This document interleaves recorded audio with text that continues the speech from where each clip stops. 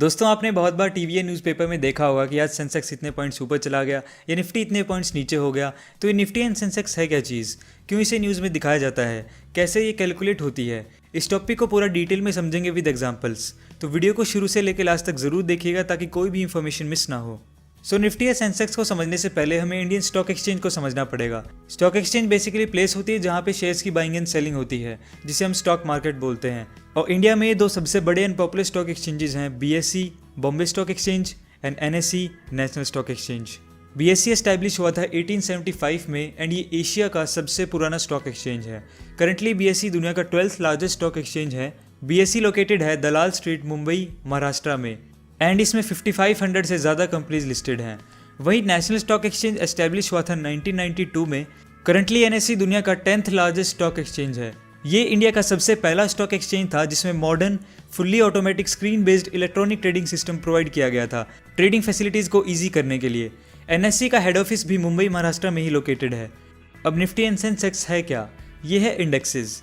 Country की economic development पता करने के लिए एक क्राइटेरिया होता है कंपनी के शेयर्स की फाइनेंशियल परफॉर्मेंस। लेकिन स्टॉक मार्केट्स में तो हज़ारों कंपनीज लिस्टेड हैं, तो अगर हमें मार्केट की परफॉर्मेंस को जानना है तो एक समय पे हर एक कंपनी के स्टॉक को ट्रैक करना मुश्किल है ना। तो इसलिए एक सैंपल लिया जाता है कंपनीज का जो पूरे मार्केट को रिप्रेजेंट करता है, और इस स्मॉल सैंपल को कहते हैं इंडेक्स। तो बीएसई का जो इंडेक्स है उसे कहते हैं हम सेंसेक्स, एंड एनएसई का जो इंडेक्स है उसे कहते हैं निफ्टी। सेंसेक्स को बीएसई 30 भी कहा जाता है क्योंकि इसमें इन 5500 कंपनीज में से टॉप 30 कंपनीज को सिलेक्ट किया जाता है उनकी मार्केट कैपिटलाइजेशन के बेस पे। कंपनीज जैसे Infosys, ITC, Hero etcetera. For example मान लो एक मार्केट में सिर्फ दो कंपनीज हैं, X and Y. X company के टोटल 250 शेयर्स हैं जिसमें से 200 शेयर्स अवेलेबल हैं जनरल पब्लिक के लिए एंड 50 शेयर्स हैं कंपनी की मैनेजमेंट के पास, और प्राइस पर शेयर हम मान लेते हैं ₹200। तो कंपनी की टोटल वैल्यू कितनी होगी? Total number of shares multiply by each share value, 250 multiply by 200 is equal to ₹50,000।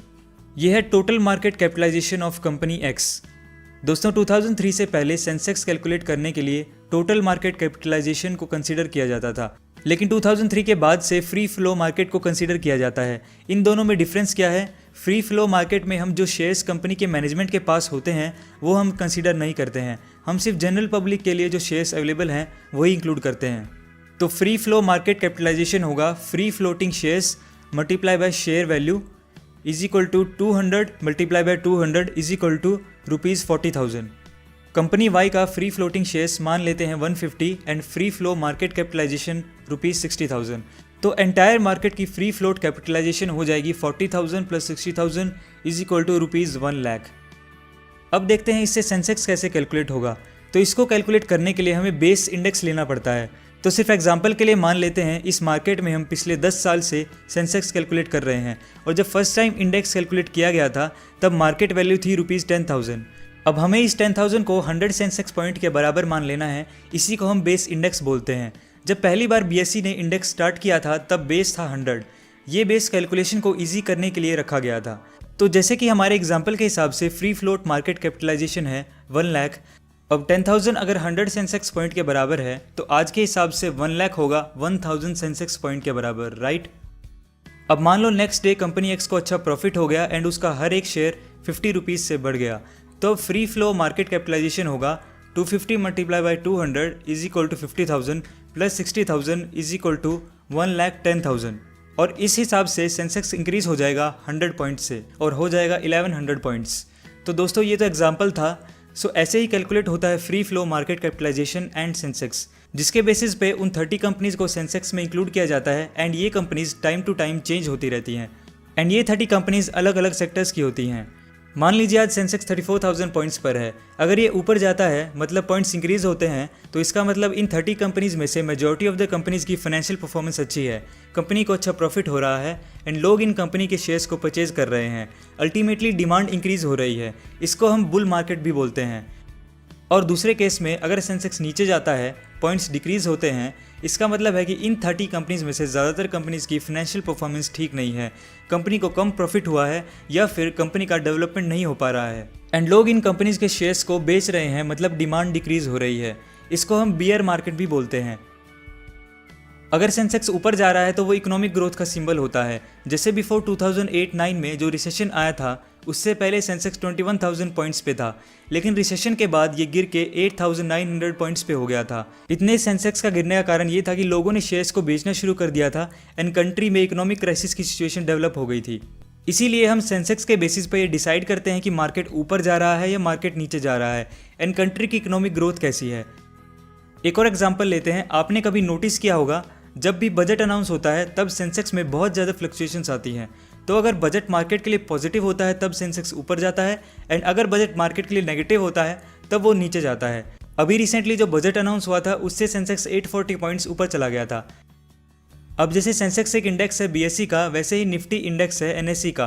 But difference क्या है, बीएसई में टॉप 30 कंपनीज का एवरेज लिया जाता है, लेकिन निफ्टी में टॉप 50 कंपनीज का एवरेज लिया जाता है, कंपनीज की मार्केट कैपिटलाइजेशन के बेसिस पे। निफ्टी को कैलकुलेट करते वक्त बेस ईयर लिया जाता है 1995 और जो बेस वैल्यू है वो है 1000 पॉइंट्स।